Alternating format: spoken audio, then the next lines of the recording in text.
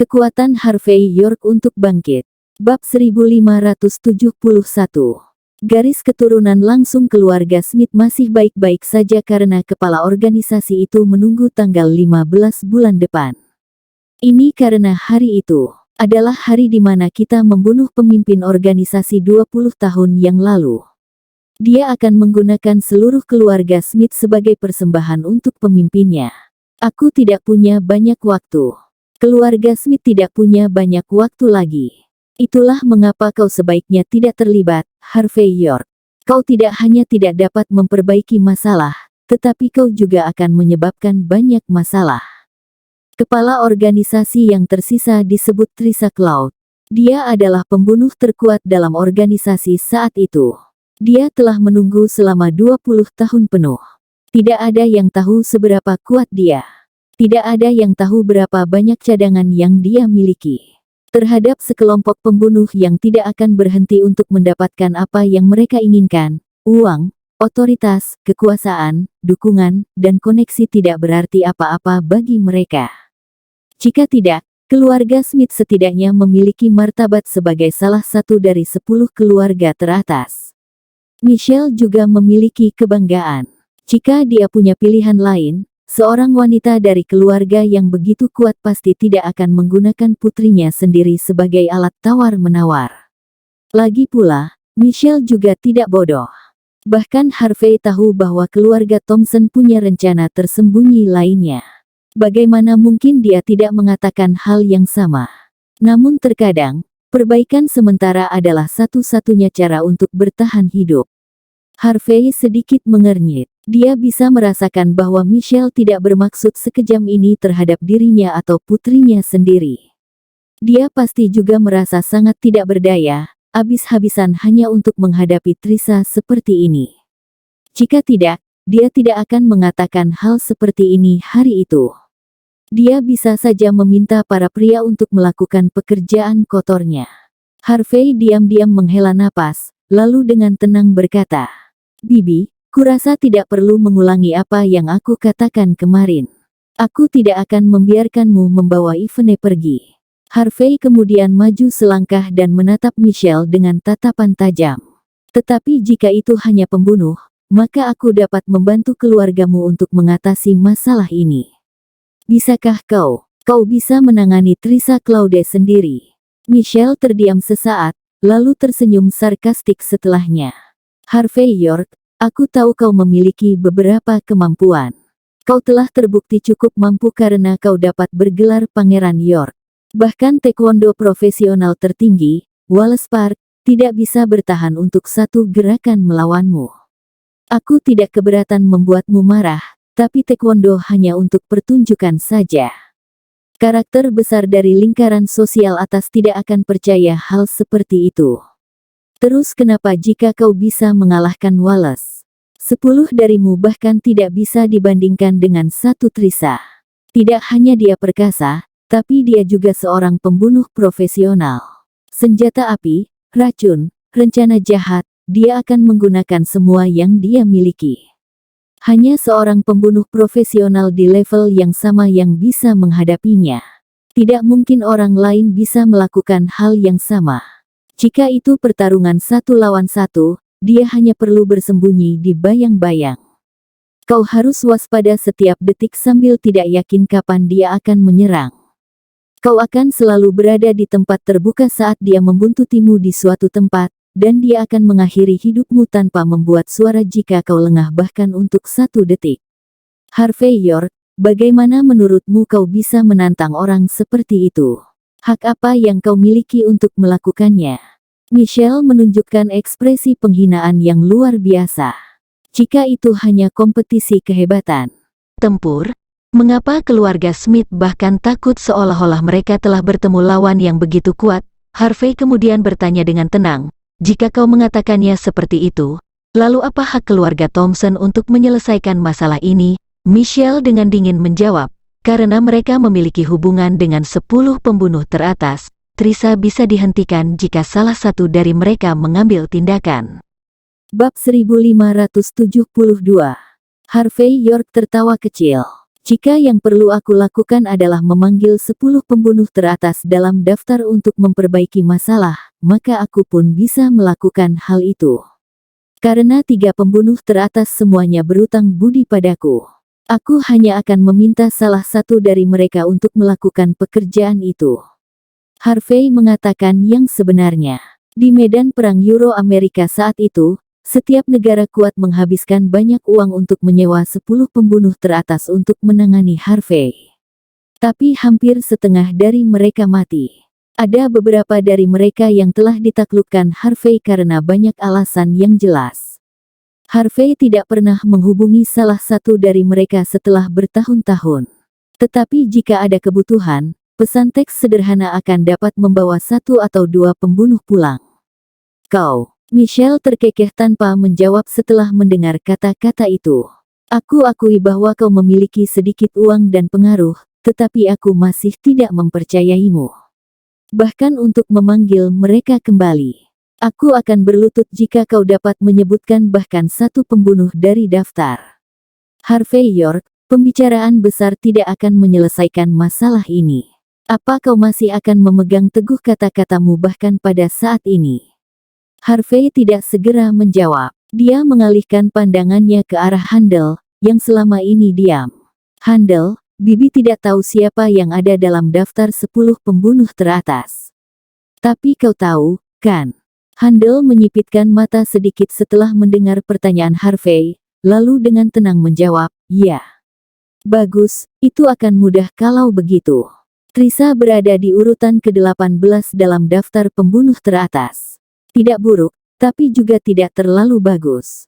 Dia telah menunggu selama sekitar 20 tahun, jadi aku berasumsi bahwa kekuatannya dapat membawanya ke daftar 10 besar sekarang. Handel sedikit gemetar. Dia tidak tahu bahwa Harvey tahu rahasia seperti itu dari dunia bawah tanah. Handel tidak memiliki niat untuk menyembunyikan apapun saat ini. Dia dengan tenang menjawab pada saat ini, itu benar. Menurut informasi keluarga Smith, Trisa memang bisa ditempatkan di antara 10 besar. Benar, aku akan mencantumkannya sebagai yang ke-10 kalau begitu. Aku hanya akan memanggil Cora Lloyd, pembunuh teratas ketiga dalam daftar. Dia seharusnya cukup untuk menghadapi situasi ini, kan? Harvey berbalik dan pergi setelah dia selesai berbicara. Aku bisa menangani ini hanya dengan 1 panggilan telepon. Mengapa kau bahkan menjual putrimu sendiri seperti itu? Para pria yang mengenakan jas hitam sudah bersiap untuk menerkam ke depan ketika mereka melihat punggung Harvey. Michelle kemudian melambaikan tangannya dan mengerutkan kening sambil bertanya, Handel, apa benar-benar ada orang bernama Cora Lloyd? Handel menunjukkan ekspresi aneh, lalu menjawab dengan tenang, Cora adalah salah satu pembunuh muda yang bangkit selama beberapa tahun terakhir. Dikatakan bahwa dia yang paling berbakat dalam dekade ini. Dan posisinya memang berada di urutan ketiga. Hanya saja Cora biasanya tidak meninggalkan jejaknya. Tidak ada yang tahu master atau pihak mana yang dia pelajari. Dia juga sangat acak dengan misi yang dia pilih, dia hanya memilih apa yang dia suka lakukan. Dan dia bisa menelepon seseorang seperti ini. Aku tidak percaya sedikit pun. Mata Michelle menyipit. Tidak peduli apakah Harvey beruntung atau hanya mengatakan omong kosong, setidaknya dia menyebutkan nama seseorang dengan benar. Itu berarti dia setidaknya mengerti beberapa hal tentang bisnis semacam ini. Tanpa berpikir 2 kali, Michelle kemudian berkata dengan tegas. Harvey York, karena kau sangat berani, aku akan memberimu waktu 1 hari. Jika kau bahkan dapat menghubungi Cora, aku akan segera meninggalkan. Bakut, jika kau tidak bisa, maka jangan salahkan aku karena kejam ketika kau menghentikanku untuk membawa Yvonne pergi lagi. Bab 1573. Kembali di Gardens Residence, Mandy Zimmer sudah tertidur. Harvey York tidak mengganggunya. Dia datang ke ruang belajar dan mengeluarkan telepon yang tampak kuno. Setelah menghela napas pelan, Harvey kemudian memutar telepon. Ini aku. Keheningan bergema dari sisi lain telepon untuk sementara waktu. Suara lembut bisa terdengar segera setelah itu. Kepala instruktur, Mengapa kau memanggilku sekarang? Aku membutuhkanmu untuk melindungi seseorang, jawab Harvey segera. Aku seorang pembunuh, bukan pengawal. Nada dingin bisa terdengar dari sisi lain telepon.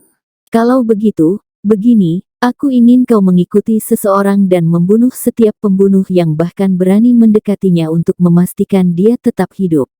Setelah lama terdiam, orang di seberang telepon menjawab, waktu, tempat, harga. Aku tidak yakin tentang waktu dan tempat, tetapi kau tidak akan berutang padaku lagi setelah kau melakukan ini untukku. Baiklah.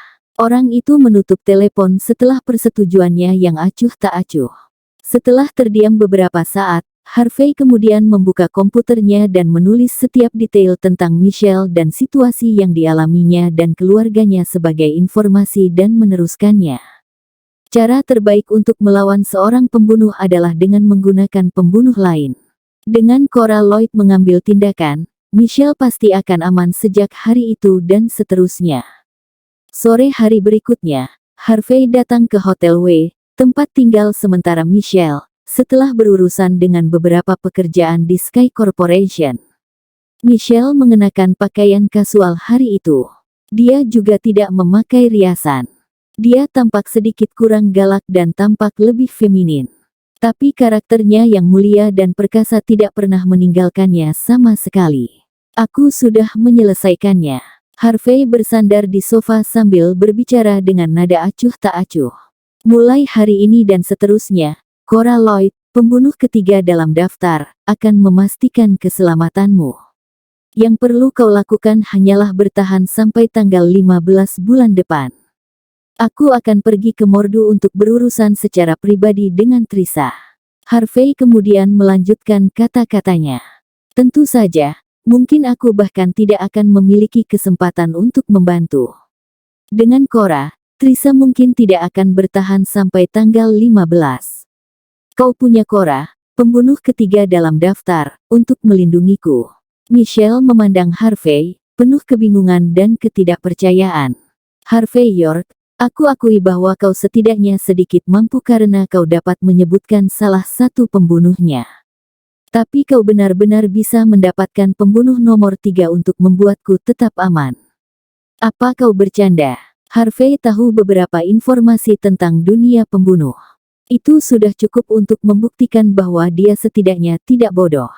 Tapi Michelle masih tidak percaya bahwa Harvey bisa mendapatkan seorang pembunuh untuk melindunginya. Pembunuh hanya mahir membunuh. Sejak kapan mereka menjadi penjaga yang baik? Harvey kemudian dengan tenang menjawab, jika kau tidak percaya padaku, mari kita coba. Ayo. Michelle melambaikan tangannya dan dengan dingin berseru, Handel, bawa ke sini. Handel terlihat membawa beberapa sisa anggur. Ada bau tak terlukiskan yang berasal dari anggur, siapapun yang menciumnya akan menerkam untuk mencicipinya. Ini adalah anggur beracun yang membunuh salah satu kerabat keluarga. Nada dingin merembes keluar dari Michelle. Karena kau mengatakan bahwa pembunuhmu benar-benar hebat dan dia ada di sini untuk melindungiku karena kau bertanya, bawa dia ke sini dan buat penawar untuk ini. Hanya dengan begitu aku akan mempercayaimu. Michelle menunjukkan ekspresi mengejek setelah dia selesai berbicara.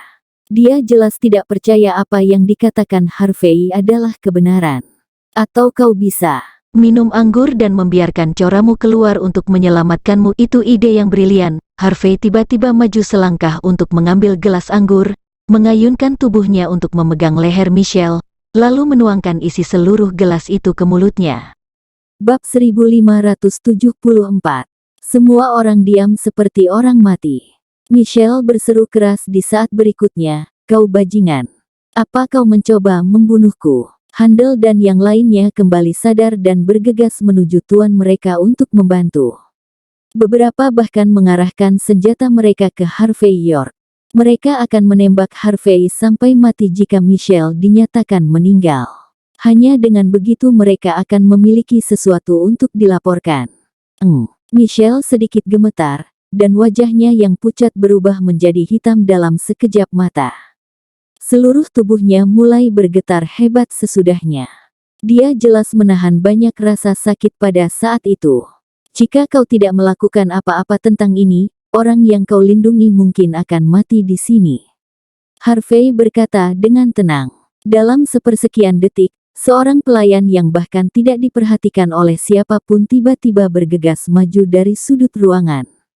Wajahnya sangat polos, begitu pula sosoknya.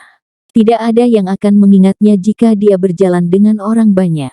Dia dengan cepat datang di depan Michelle dan menepuk lehernya 2 kali, lalu memasukkan pil hijau ke mulutnya. Michelle gemetar dan mengeluarkan banyak darah hitam. Wajahnya yang suram telah pulih sepenuhnya. Pelayan itu kemudian menatap Harvey dengan dingin dan pergi tanpa jejak. Handel dan yang lainnya terkejut dengan pemandangan itu. Mereka mengira Michelle akan mati. Mereka tidak pernah berpikir bahwa seseorang akan bergegas keluar untuk merawatnya. Bahkan Handel pun tidak tahu kapan dan bagaimana pelayan itu masuk ke kamar. Jika ini benar-benar pembunuh yang menunggu, dan jika dia akan mengakhiri hidup orang-orang di ruangan ini. Tanpa pikir panjang, Handel merinding sambil berkeringat deras meski dia juga cukup mahir bertarung. Harvey tersenyum saat melihat pemandangan di depannya. Dia menyilangkan tangannya tanpa mengucapkan sepatah kata pun. Michelle kembali normal setelah beberapa saat. Dia tenang, tetapi tatapan dingin muncul di matanya. Harvey York, apa kau mencoba membunuhku? Seru Michelle. Bukankah kau baik-baik saja sekarang? Harvey tertawa kecil. Aku hanya ingin kau melihat seberapa mampu orang yang melindungimu. Kau tidak pernah merasakan kehadirannya selama dia di sini, kan? Sejujurnya, aku bahkan tidak tahu dia ada di sana sepanjang waktu sebelum aku melihatnya bergegas keluar. Wanita dengan 1000 wajah, Cora Lloyd. Apa kau puas dengan pengawalmu sekarang, Bibi? Kau, Michelle mendidih karena marah. Kau hanya berandal. Bagaimana kau bisa membuat seseorang percaya padamu seperti itu? Tentu saja, Michelle merasa seperti akan mati saat itu. Memiliki anggur beracun di tenggorokannya sama dengan berada di pintu kematian. Tapi ini memang meninggalkan dampak yang cukup besar. Setidaknya dia tahu siapa yang dia lawan. Dan orang yang mati sekali tidak akan takut mati lagi. Harvey kemudian dengan tenang berkata, pertama, kekuatan sebenarnya dari seorang pembunuh tidak ditunjukkan dengan membual. Kau harus melihatnya sendiri untuk mengetahuinya. Kedua, aku melakukan ini, jadi kau tahu bahwa Cora akan melindungimu 24 jam seperti yang kita sepakati. Yang ketiga, kalian dari keluarga Smith sudah takut pada Trisha Claude sampai-sampai menyebabkan kalian semua trauma. Jika aku tidak menanganinya lebih cepat, bisakah kau bertahan sampai tanggal 15 bulan depan? Kau bahkan mungkin bunuh diri sebelum hari itu tiba karena semua tekanan itu. Itulah mengapa aku membuat demonstrasi besar hanya untukmu hari ini.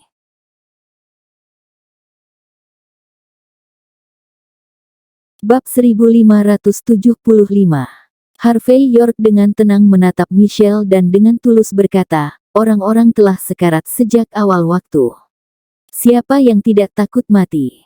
Itulah mengapa aku tidak menyalahkanmu karena ketakutan ini. Tetapi sekarang setelah kau berada di ambang kematian dan memastikan bahwa akan ada seseorang yang melindungimu setiap saat, aku rasa kau tidak memerlukan dukungan dari keluarga Thompson sekarang, bukan? Aku bahkan dapat menjaminmu bahwa bahkan keluarga Thompson tidak dapat menugaskan seseorang sekuat Cora Lloyd. Dan dengan kartu truf seperti ini, aku yakin kau dapat naik pangkat dengan sangat baik ketika kau kembali ke keluargamu. Hal berbahaya akan selalu membuka peluang baru, kan? Mata Michelle dan Handel berkedut sejenak. Mereka tidak pernah mengira Harvey benar-benar mengatakan hal seperti ini. Tetapi mereka harus mengakui bahwa Harvey benar. Setelah mengalami kejadian seperti itu dan mendapatkan pembunuh baru sebagai pengawal, Michelle tidak lagi takut pada Trisha Claude. Dari perspektif lain, krisis adalah kesempatan yang sangat baik bagi Michelle untuk naik peringkat. Tanpa pikir panjang, Michelle menatap Harvey dengan kekaguman yang terpancar di matanya. Baiklah, itu saja yang ingin aku katakan untuk saat ini. Pada tanggal 15 bulan depan, aku akan mengunjungi keluarga Smith sendiri apakah masalahnya terpecahkan atau tidak. Harvey melambai, lalu berbalik dan pergi. Ekspresi Handel berubah panik setelah melihat Harvey pergi. Dia kemudian dengan tenang berkata, "Nyonya, apa kita akan tetap membawa nona muda itu kembali? Kenapa kita harus membawanya kembali? Biarkan dia tinggal, dia perlu terhubung dengan menantuku tersayang. Dia harus mengusir Mandy Zimmer. Aku tidak akan memberikan menantu seperti ini kepada siapapun." Ekspresi tegas terlihat di wajah Michelle. Pada waktu bersamaan, di villa yang baru-baru ini dibeli oleh keluarga Zimmer Southlight, kakek Zimmer membelai singgasana besi favoritnya dan duduk dengan gembira. Dia telah jauh dari tahtanya selama beberapa bulan sekarang. Dia lebih menghargainya karena dia akhirnya mendapat kesempatan untuk melakukannya lagi. Pada saat yang sama, Queen Zimmer berjalan keluar dari bawah kakek Zimmer dan dengan tenang berkata, "Kakek, sudah hampir waktunya. Jika Mandy tidak menandatangani kontrak, apa yang harus kita lakukan?"